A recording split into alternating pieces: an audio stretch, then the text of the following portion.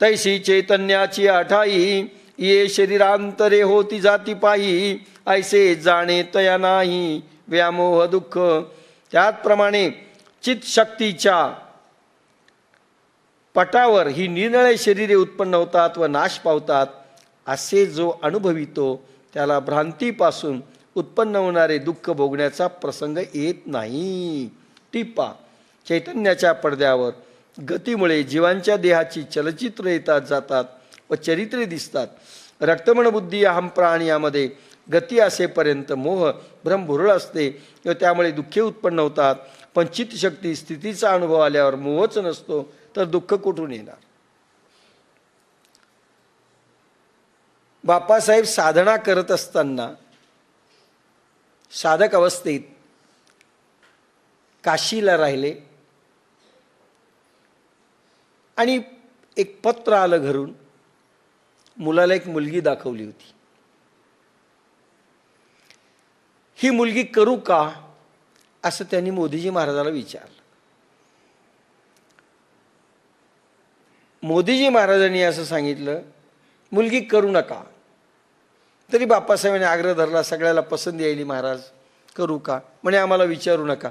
नाही म्हणले तरी तुम्ही सांगा. करू नका, पूर्वजन्मी ती वेश्या होती. काय म्हटले? पत्रामध्ये आहे तो उल्लेख. आपल्याकडे जे पत्र आहे त्याच्यात उल्लेख आहे, पूर्वजन्मी ती वेश्या होती. संसार नीट होणार नाही. आपल्याला आपले पूर्वजन्म जर समजले ना, दुःख वाटणार नाही. पण पूर्वजन्म केव्हा समजतील? एक त्या कर्मयोगाच्या साधनेत समजतील, किंवा तुमच्या क्रिया प्रगट होतात त्याच्यावरनं काही जन्म तुम्हाला समजतील. पण पाहता येण्याची शक्ती आत्मसाक्षात्कारानंतर, निर्विकल्प समाधीनंतर ज्यावेळेस येईल त्यावेळेस तुम्ही स्वतःचे हजारो जन्म पाहू शकाल. त्यावेळेस काही वाईट वाटणार नाही. अरे बापरे, इतके जन्म झाले. आणि पुढे आपल्या मनाने देह घ्यायचा आहे. हा देह फेकून द्यायचा आहे, फेकून द्यायचा. दुसरा घ्यायचा, घ्यायचा. प्रश्न कुठे आहे? आपल्या मनाने देह घ्यायचं आणि मरायचं, यमाच्या आधारावर ते जन्म घ्यायचेत, कसे घ्यायचेत एवढंच ठरवायचं या जन्मात. बस. कोणी म्हणले मग ते मरणार, हे मरणार, मग मरण. मग मात्र करोडो जन्म पुन्हा फिरावे लागणार, करोडो जन्म. हा जन्म इतका महत्वाचा आहे, अतिशय महत्वाचा आहे. नरदेह दुर्लभ जाना, पुन्हा मिळणार नाही, पुन्हा मिळणार नाही. आजही शेकडो साधू सूर्यमंडलामध्ये तप करीत असतील की आम्हाला चांगला देह मिळावा, पण नंबर लागला नसेल, हजारो वर्ष गेली असतील. याच्या लगे यायचं म्हणलं तरी लगेच तुम्हाला येता येते, खोटं आहे. म्हणून एकदा मी म्हणलो होतो की पुरुषांच्या वीर्यामध्ये एकदा वीर्यपात झाल्यानंतर त्याच्यामधले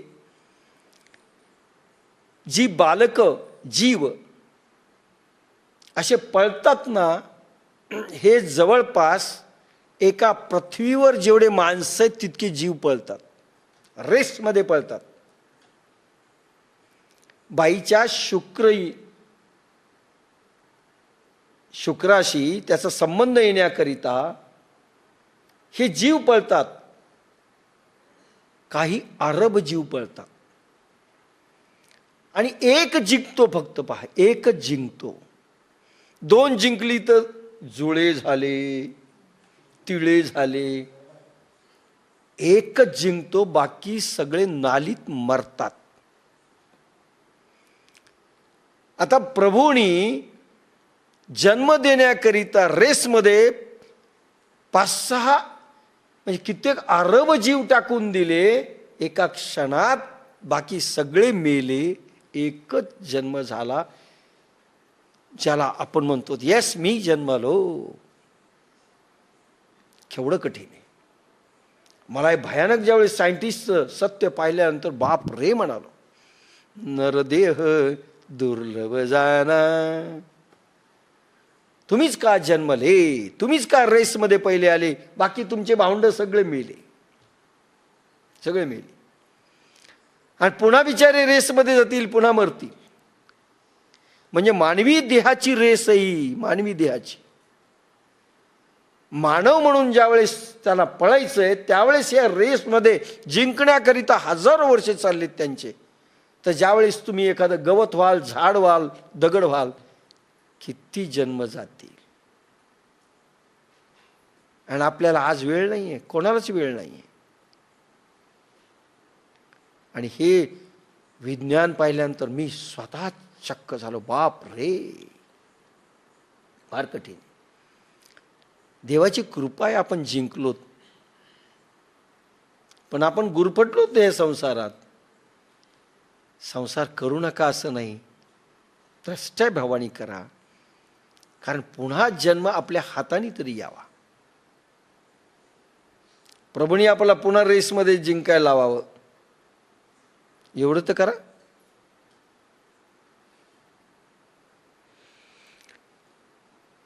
असे जो अनुभवितो त्याला भ्रांतीपासून उत्पन्न होणारे दुःख भोगण्याचा प्रसंग येतात. एकदा तुम्हाला पाहिलं की आपले करोडो जन्म झाले होते. कशा कशाचे झाले? मला माझे 6 जन्म दिसले होते कर्मयोगामध्ये. मी बाप्पासाहेबाला माझा अनुभव सांगितला. त्यावेळेस बाप्पासाहेब म्हणाले, हे तुझे जन्म होते. एक जन्म मला असा दिसला की मी पोपट होतो. जन्म आणि मृत्यू दोन्ही दिसले. एका पिंजऱ्यामध्ये बंद होतो. कोणीतरी खडा मारला, मी मेलो. एका जन्मामध्ये बाई होतो, त्याच्यात धक्का मारला कोणीतरी बैलानी काय, त्याच्यात मी मेलो. एका जन्मामध्ये बैल होतो, टक्कर झाली, त्याच्यात मेलो. एका जन्मामध्ये दक्षिण ध्रुवावर ते इतका बर्फ आणि सुंदर असा प्रकाश, बाप्पासाहेब म्हणले दक्षिण ध्रुव आहे, आणि सुंदर असं पाखरू, छोटी छोटी पाखरं होतं, त्याच्यात दिसलं. म्हणजे तिथे दक्षिण ध्रुवावर जन्म होता. तिथे मृत्यू नाही समजलं मला. आणि शेवटच्या जन्मामध्ये एक साधू होतो, आणि साधना करताना पटकन खाली पडलो. म्हणजे असा देह लुडकला. बाप्पासाहेब म्हणाले, ते तुला पुण्य आलंय का? हे जर आपल्याला हजारो जन्म जर मी पाहू शकलो, तर माणूस ह्या देहामध्ये नीटच होईल की अरे हा देह कशासाठी आलाय, आणि नंतर आपल्याला पुढे सरकता येईल.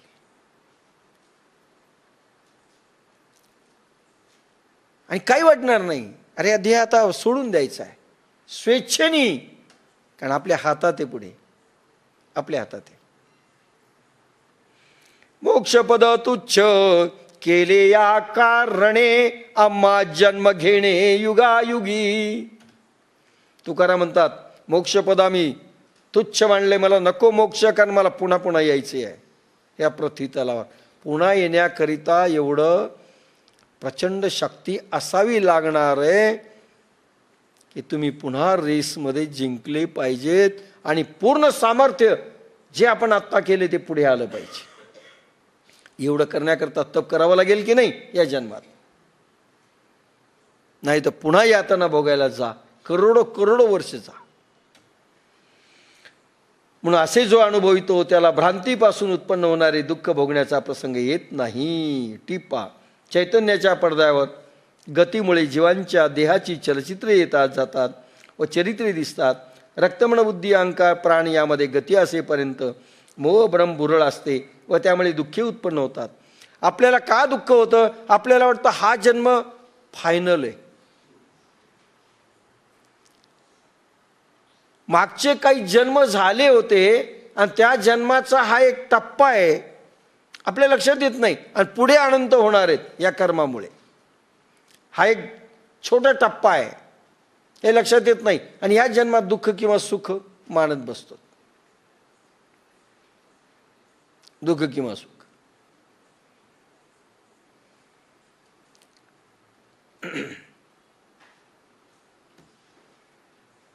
ईश्वराला आपण विसरून जातो ह्या जन्मात आणि दुःखाला आपलं मानतो. ईश्वराला आपलं मानत नाहीत, आपण दुःखाला किंवा सुखाला आपलं मानतो. पहा, लक्षात घ्या. असं होतं की नाही? दुःख आणि सुख आपले दोन पोरं आहेत. ईश्वर आपला काही संबंध नाही. दुःख दुःख देतं, सुख सुख देतं. ईश्वर काहीच देत नाही. ईश्वराचा आपला संबंध नाही, दुःख आणि सुखाचाच आपला संबंध. आणि ईश्वर हे हटकून करतं. एक आईला बाळ जर सोडत नसेल ना, ती काय करते गमतीनं? एक खुळखुळा करते, खुळखुळ खुळखुळ वाजतं. ते येडं पाहत राहतं त्या खुळखुळ्याकडे, हातात घेऊन वाजवतो तोपर्यंत ती पळून जाते. ईश्वर असाच खुळखुळा आपल्या हातात देतो, बस वाजवत. तो म्हणजे संसार, खुळखुळा म्हणजे संसार, बस वाजवत. मूर्खा, बस वाजवत. आणि हे जर एकदा कळालं, दुःख आणि सुख हे देहाला आहेत, आत्मचैतन्याला नाही आहेत. आणि देह तर कधी पडणार आहे. आणि त्यामुळे भ्रम आहे की मला दुःख झालं किंवा सुख झालं. बिलकुल काही झालं नाही.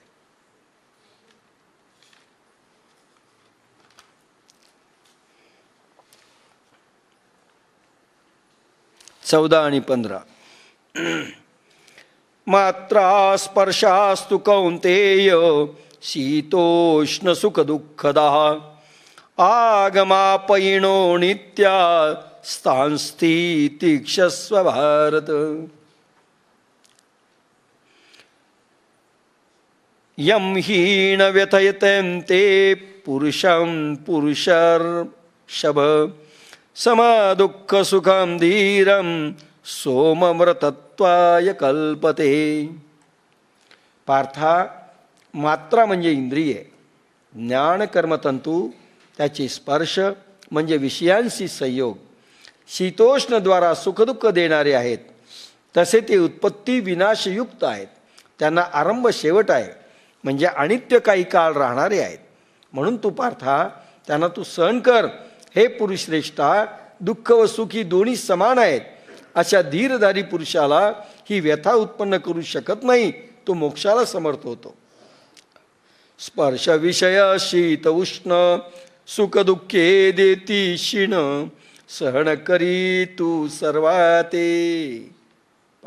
दुःख आणि सुखाला सहन करा असं म्हटलेलं नाहीये दुःख तुमचं जाईल. कुठल्याही संतांचे दुःख गेले होते खोट आहे. सहन करी तू सर्वाते येती जाती अनित्यते. धीर पुरुष तो भला दुःख सुख समजाला. स्पर्श पीडा जास नसे मोक्षास तो पात्र असे. एतने नावया हेची कारण जे इंद्रिया अधीनपण तीही आकळीचे अंतःकरण मनोनी भ्रमे. वासनात्मक देहाच्या उपाधीमुळे जीवात्मा इंद्रियांचा गुलाम बनतो. ती बाहेरील विषय सेवितात, मनबुद्धी अहंकाराला आपल्या तावडीत घेतात, बहिर्गतीत फिरवितात. ह्याच कारणामुळे बुद्धीत भ्रम होतो, म्हणून सत्य कळत नाही, आत्म्याचा अनुभव येत नाही. एतनेनावया हेची कारण जे इंद्रिया अधीनपण तीही आकळीचे अंतःकरण म्हणून भ्रमे. जीवात्मा इंद्रियांचा गुलाम होतो, तो बाहेरील विषयात सेवितो. जीवात्मा कोणाचा गुलाम होतो? इंद्रियांचा. बाह्य विषय सेवन करतो, अहंकाराला आपल्या तावडीत घेतात. हे विषय. सुख आणि दुःख का निर्माण होतात याची कारणं दिलीत. पहा, वैज्ञानिक कारण. जीवात्मा इंद्रियांचा गुलाम होतो. आपण का सुख दुःख भोगतो? कारण इंद्रियांचे गुलाम आहेत. का दुःख झालं? मला घर पाहिजे होतं, मिळालं नाही. का दुःख झालं? मला सुंदर बायको पाहिजे होती, ही बरोबर नाही आली. टणटण पाहिजे होती, ही टुनटुन आली. पहा, जे आपल्याला हवं होतं विषय सुख, दुःख का होतं? आम्ही इंद्रियांचे गुलाम आहेत, त्या त्या इंद्रियांना विषय भोग पाहिजे, ते मिळाले नाही, दुःख. टीव्हीचा पिक्चर पाहू दिला नाही, दृष्टीला दुःख झालं. पाहू दिलं नाही, खाऊ दिलं नाही, जिभेचा रसना खाऊ दिलं नाही म्हणून दुःख. बंगला मिळाला नाही, कार मिळाली नाही, गाडी मिळाली नाही, नोकर मिळाला नाही, भांडेवाली आली नाही, दुःख. म्हणजे हे विषय इंद्रियांचे आपण गुलाम झालेलो आहेत. आम्हाला पाहिजेत त्या वस्तू. मग त्याग कशाला म्हटलंय? सुंदर व्याख्या मोदीजी महाराजांनी केली. कमीत कमी गरजा असणे म्हणजे त्याग. कमीत कमी गरजा असणे म्हणजे त्याग. दुःखच होत नाही. म्हणून काही लोकांनी लंगोटीच ठेवली आणि जैन धर्माच्या लोकांनी तर काहीच ठेवलं नाही. तरी त्यांच्या मनातून गेलं असं समजू नका. फार अवघड आहे, फार अवघड आहे. काही वर्षापूर्वी कोणतं जैन तीर्थ आहे बिहारमधलं? शिखरजी, करेक्ट. शिखरजीच्या ठिकाणी 2 साधूमध्ये फायटिंग झाली, इतकी की एक दुसऱ्यानी मर्डर करेपर्यंत गेले. मग कळालं त्यांची ती काय असते, त्याच्यामध्ये बंडल होतं नोटांचं एकाच्या ह्याच्यात, आणि वाटणीवरून भांडणं झाले. आलं. पोलिसना केसेस केल्या, पण लोकांनी पैसे देऊन त्या दाबल्या की फार बदनामी होईल. आता हे वाचलं मी परवा एका ठिकाणी.